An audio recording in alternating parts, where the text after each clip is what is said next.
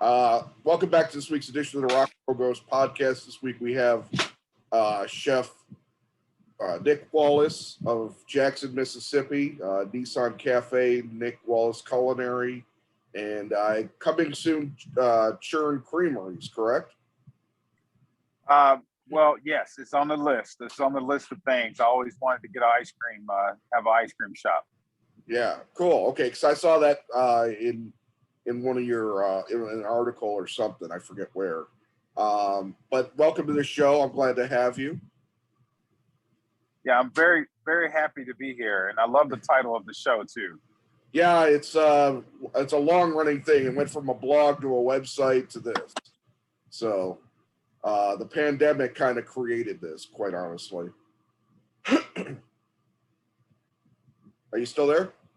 Yep, I'm here. Oh, sorry. I thought you looked like you were talking and I couldn't hear you. So No, you're good.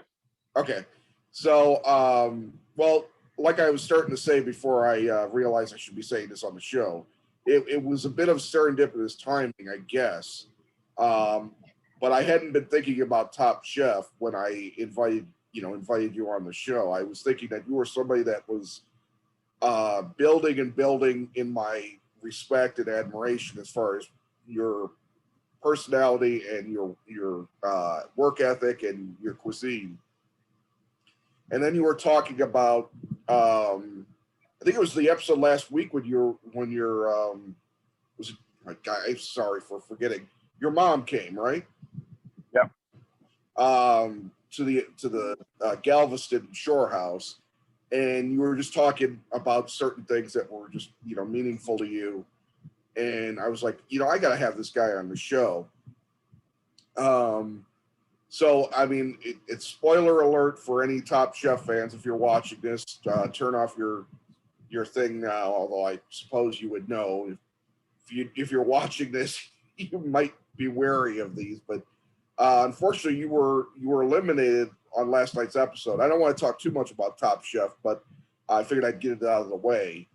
I was starting to see you as a one of the actual final, and you just kind of had a bad night, which unfortunately when you're with four other people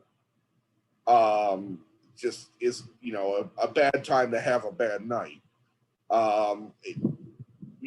If you could describe kind of what happened that we didn't see behind the scenes, because there was some confusion on my part on what was going on. Yeah, and I definitely can't go into details. I only can really elaborate like what you actually really saw. But Okay.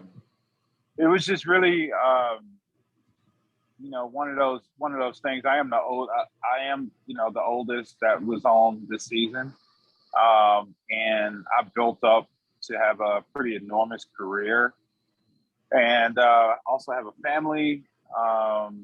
House that I own, business that I run, and it was kind of a separation in a sense on the show, because the only other parent was Monique, and I think Monique left earlier in the season.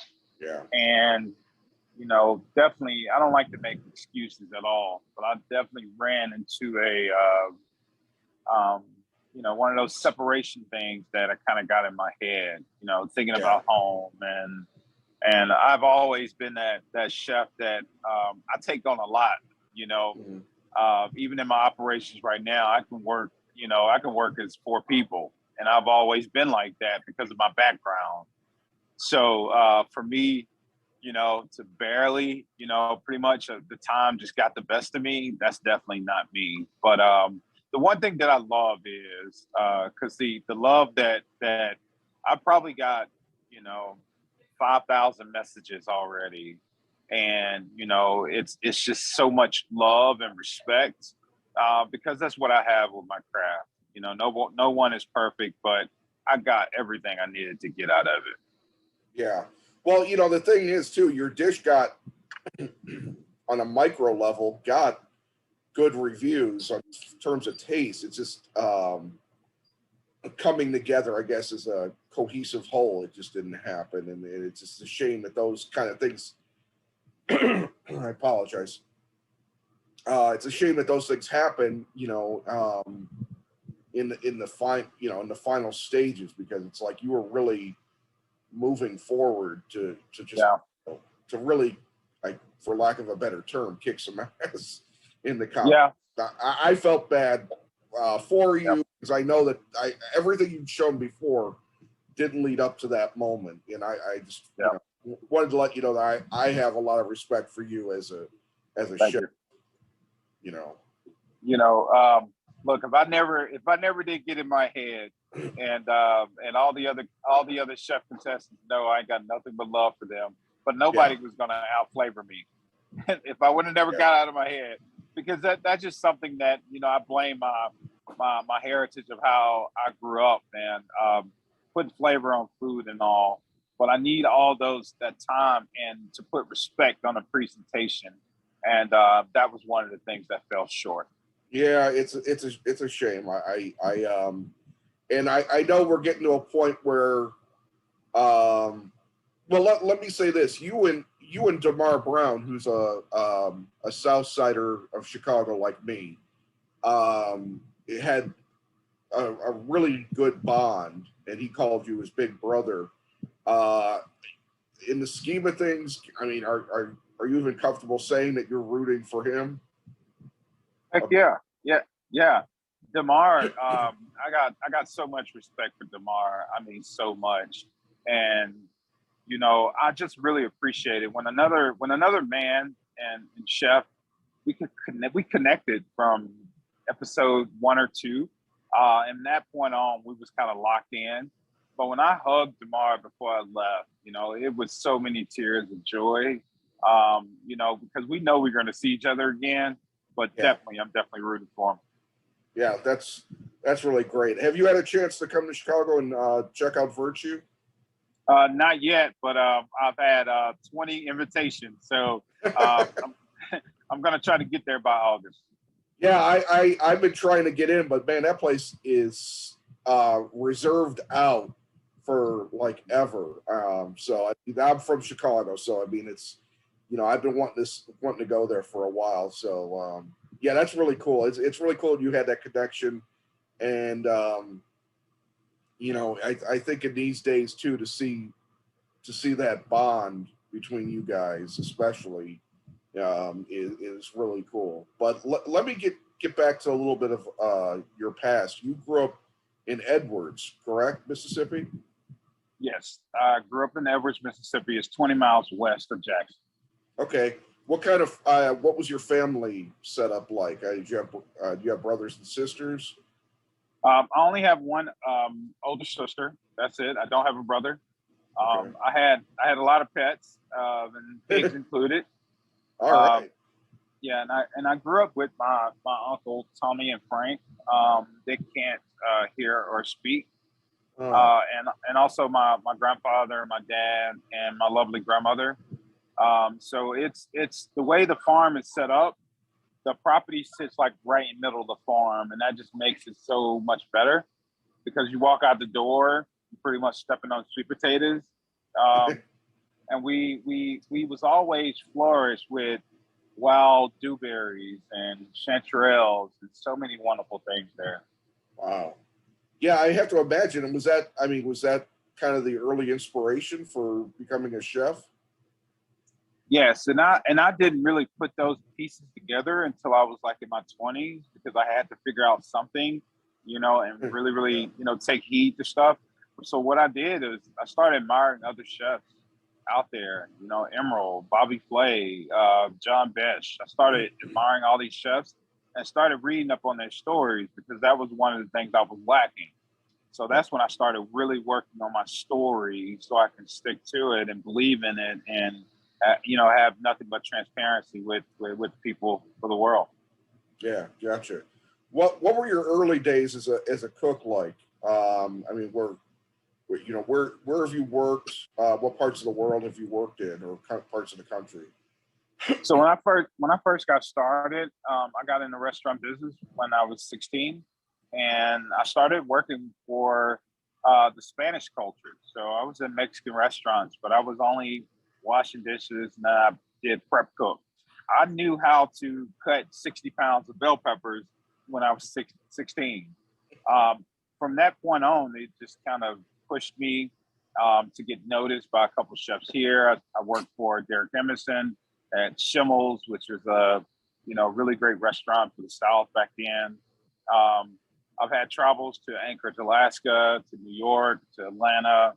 I staged a lot in Anchorage, Alaska, and that pretty much got my travels got really intense when I became corporate chef for Marriott, and I did that when I was 23.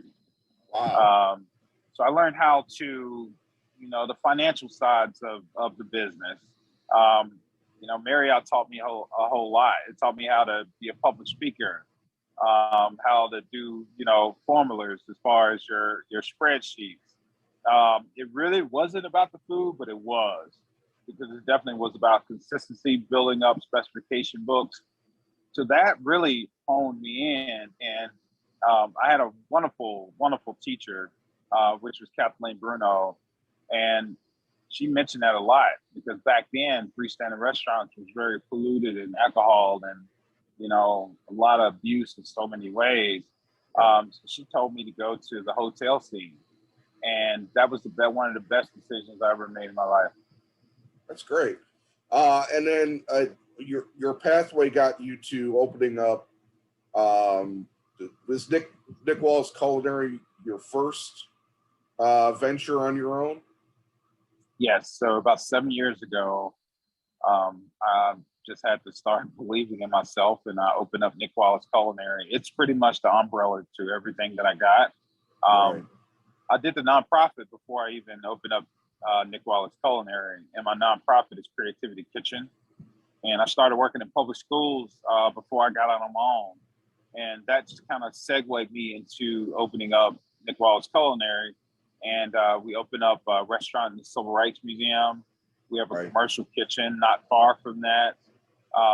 And we have many partnerships like Ben's Original that we represent the company, Dole Foods, and, of course, our spice line. And we have a cookbook that's almost ready. That's great. That's really great. I'm really happy that things are going well for you. You have the Nissan Cafe at the Civil Rights Museum, correct? Yes. And how did that come about? And how amazing is it that you're part of something so great like that your food is welcoming people, as part of the museum? So it's a great story, because around the time that the Civil Rights Museum was pretty much almost ready construction-wise to open, this was about 5 years ago, I had just kind of got out on my own 1 or 2 years into it, but I was still cooking out of my kitchen at my home. So I was doing lots of catering there, and then I got a call that they said that they wanted me to do the opening for the museum, and I said, wonderful. It was snowing that year. So I fed about 2,500 people. We had the president there, and I walked through the museum, and they had somebody already taking up that space that had their restaurant in there, but I have always wanted it. So I put my stamp on it that day doing that opening. And I told the executive director, whenever this comes available, please call me, because I just think I'm a good identity for Mississippi. So during the pandemic, the other restaurant left, and they called me. And it was one of the proudest moments I ever had, because I wouldn't expect it to happen in the pandemic. So I got in and opened it up, and now I get to craft, great storylines for people that's visiting Mississippi to just really leave that really good stain on them, that they can have memories to come. That's great. No, that's really great. I think it's amazing. What were some of the things on that catering that opening menu that you served? So I kicked off my Mississippi Gumbo. I've always been like one of these people that really want Mississippi to have a good identity, and forget all the you can't forget about the racism, but it should be a lot of other things that we can really hone in on. And I think with we're much more than just cornbread and fried chicken, which is great. Now, I've ate plenty of that myself. So I kicked off the Mississippi Gumbo that night, and this gumbo is made with collard green stems, speckled butter beans, black eyed peas, okra, turkey, and it's cooked with the dark roux, finished with sassafras leaves. And I got a chance to really, signature that off. And also, I make these wonderful turnip green tarts, and I cook down this ham hock marmalade that's served on the top. It's pretty amazing. So I just like to be crafty with the food that surround us, and the farm that feeds in everything for the restaurant at the museum is only 8 miles away. So we get to take advantage of that. Well, that's really awesome. And so you serve the gumbo at the cafe, correct? Mm-hmm. Yes. All right. I it's official. I as a northerner, and I'll admit to my own what's the word? I don't know, my prejudice, I guess, about the South. It has nothing to do with color necessarily. It has to do with politically and certain views. And we forget that there's a whole bunch of people, I think, that are maybe like-minded, that are struggling within living in the South. You can't just write off an entire section because the people in power kind of stink. But, because people got to live, people got to, stay near family. Everybody can't move to where their views are accepted, I guess. Because quite frankly, you get too far outside Chicago here, and it's, this sort of, it's a redneck country. I mean, quite honestly. And I'm saying that. Nick Wallace is not saying that. Gotcha. But so I haven't, I think I've driven through Mississippi, but I don't think I've ever spent any actual time. So I have to come down to Jackson and try that gumbo, because the gumbo's been on my mind since you made it on the show. And were you waiting to pull that out on the show? Yes, if it's any time that I want the Mississippi Gumbo to soar, why not? Why not let it, fly 30,000 feet? Just go straight into space. So that was that opportunity that I wanted to pull it. And of course, with Marcus Samuelson being there, I always looked up to him. I love his storyline. I love all his restaurants. I love everything he do, because regardless of, of him being in Harlem, and he's making such, an impact. Some of, his restaurants in Sweden is some of the best in the world. Yeah. And I love his story. Yeah. And it looked amazing. And I love what you're doing, because you're doing something that's very modern. But do you feel like people notice that do you get the same level of appreciation for what you do that others do in a similar way with other types of food, you think? Meaning you're kind of doing reinventions, or taking old school flavors and reinventing them in a new way. It sounds like, especially with that tart you mentioned. Do you think that because you're in Mississippi, maybe you don't get, I guess, the recognition maybe that others in like New York or something might get, or is that something that's not in your frame of mind? Well, it's definitely in my frame of mind, and that's one of the biggest reasons that I had to take TV to be a part of my career. Yeah. And I started doing TV back in 2013, and I had to get that message out somewhere, because just dabbling on social media is just not cutting it. Yeah. And no, we don't. And, a lot of people that I encounter, other chefs, man, how many James Beard nominations you got in your life? I'm like 0. So you never been recognized or anything? No, I haven't, and it's not the James Beard Foundation thing that I'm really pushing for. Because it's not like something that I just have to push that stuff out the way. If I get it, I get it. And if I don't, I don't. But yeah, I wish things was a lot better as far as getting that recognition. But at this point right now in my life, I'm almost 43.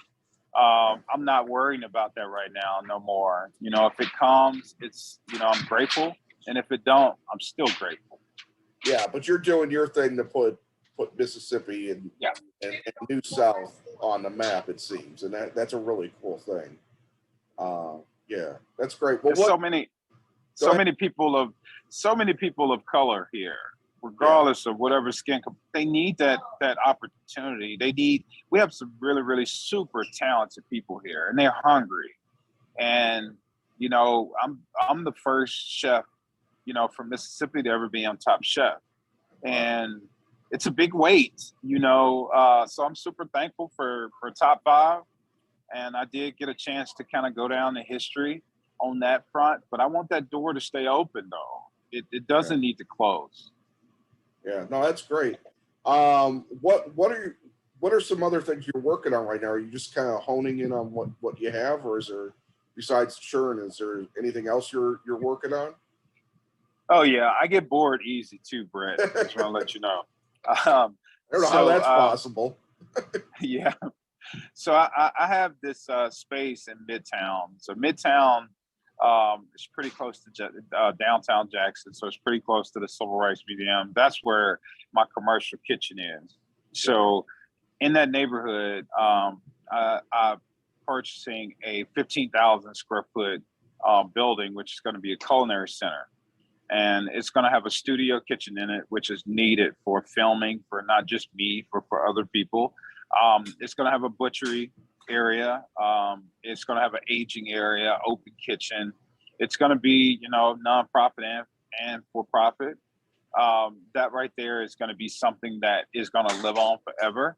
And that structure needs to be here. It needs to have a really good, sophisticated place that welcomes all. And it's not just about me, it's about food in general, no matter from the speaking standpoint or from the talent standpoint. We'll be able to showcase it all. Gotcha.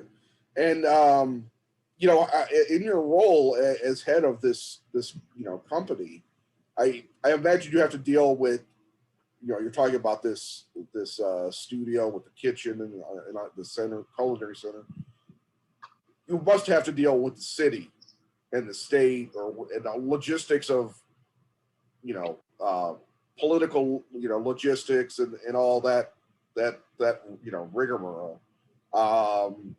Is that something that took any time or effort to kind of get into it with a groove? I mean, it just seems like something like so foreign to somebody just that wants to cook. Yeah, well, I can say that my relationship with the city and the state is pretty good. And that's the reason why the restaurant and the museum is running so well, because that's a partnership with the state. That's a state-owned building. And then two, you can't ignore the fact that I'm screaming Mississippi everywhere I go, and I'm keeping my head high, and you don't have to give me no ambassador role because I took it a long time ago. That's awesome. And so, that respect is naturally giving on both sides. So we get a lot of support from all areas of the state. Well, that's awesome. No, it's really cool because I have to imagine. I mean, you seem like such a take charge guy, and where does that spirit, you think, where does that come from? Is that something just instilled in you as a child, or is that something you naturally seem to have, or is it something you found on your own? So it's me waking up and kind of looking around to my family dynamic. I lost my dad right before the pandemic, 2013. Oh, I'm so sorry. Thank you. And he was the last elder man in the family. So I don't have any uncles, no grandfather. Everybody's gone. So I'm like the elder. But the women are super strong. I have both of my grandmothers, my mom, my aunts, my sister. So it was something that was naturally given. I have to take it. And a lot of people come to me just like I am that elder man, and I am. So it's a lot of weight on my shoulder, of course, from the state, and I have to be a prime example of where they're going to go and where they're going to be. And I had to pretty much grab everything out the mud as coming up. It wasn't no financial structure that was there for me. That's what I'm building for the next generation and the other generations to come. And if I had to really look at it, a lot of the men that died in my family, they didn't reach the tipping point of 65 years old. I'm 42 right now. If I'm gonna break that stigma, yeah, I'm gonna break it. But if I had to be really natural and look at what's been going on for the last 120 years of my family, I only have 20 years left. And I'm not living that way, but I know that every day is very valuable. So I'm gonna take the most out of it, all 24 hours. That's amazing. That's truly, I really have to admire. I've known a lot of chefs over the years. I from writing here in Chicago for Eater and Thrillist, and even before then. And the very best have your same attitude. Your same mode of operating, basically. Just and I think I always find that inspirational because I'm somebody that's kind of opposite. So it's really amazing to see somebody just pick themselves up and move forward and do something quite amazing with their career. And I really have to applaud you for everything you've done, because I think you're an inspiration, and I can't even imagine what you are to people that live in your state, or the younger people that are seeing you maybe on Top Chef and looking up to you now. So that's awesome. I before I let you go, I just want to ask you kind of like a simple thing. Where, if you're not eating at, where you're at, I guess, in Jackson, where do you go? Where do you go that are your favorites in the area? In the area, I have to say somebody's home. I love when people feed me. Yeah. And a lot of people get very intimidated for that, but I love when people cook for me. And definitely home settings, because that's how I was raised, farm lifestyle. But it's many restaurants in Mississippi that's hidden gems too. I love a hole in the wall. I love a good country store in the Delta. I love grabbing fried chicken on the way passing with Comex sauce. I love that kind of stuff. But we have a lot of really great, young chef, older chefs that really have some wonderful restaurants. And one of my favorite cuisines is Indian.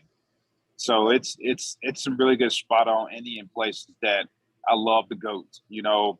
But I'm so in tune with a lot of my favorite places. I've assisted them with connecting with them with farmers. So when I go in there and sit down and have that goat curry for lunch, I helped make that partnership 4 years ago, and this is for a really good sustainable goat farm, or vegetation, whatever the case might be. Like, I just like to stay involved. I don't want anything for it. All I want people to be is successful. Yeah. And in conclusion, what would you like to say to anybody watching this? Is there anything you'd like to say to, I guess, is for people to know, or that we haven't covered yet? Well, I guess to tip it off is, it's been a big stigma for chefs in general, over the last, 50, 60 years about, some type of abuse and all. We all have our struggles that we go through. But at some point in your life, you have to realize that people can change. But I think that voice out there for the image of where a chef is a really good role model. And you got to have a chef in your life, just like you have to have a doctor, a veterinarian, everything else. So I ask people just to get to know a chef, because if you're trying to live a different lifestyle, or maybe dietary needs or whatever it is, like, we are an asset to this world. And I just think we're pretty damn good people. And and just keep on eating and get to know a chef. That's awesome. Well, Chef Nick Wallace, I really appreciate you taking the time today. I wish you all the best. Good luck at everything. And I have got to come down to Mississippi to try your food now, because you've inspired me to to come to Mississippi. Please, Brett. Let me know when you do, and you're gonna see some really good Southern hospitality when you do. All right, man. All right. Well, I appreciate you, and take care. Best of luck. Stay healthy. Try to give yourself some rest sometime. I will. All right. Good luck. Take care. All right. See you, Brett. Bye.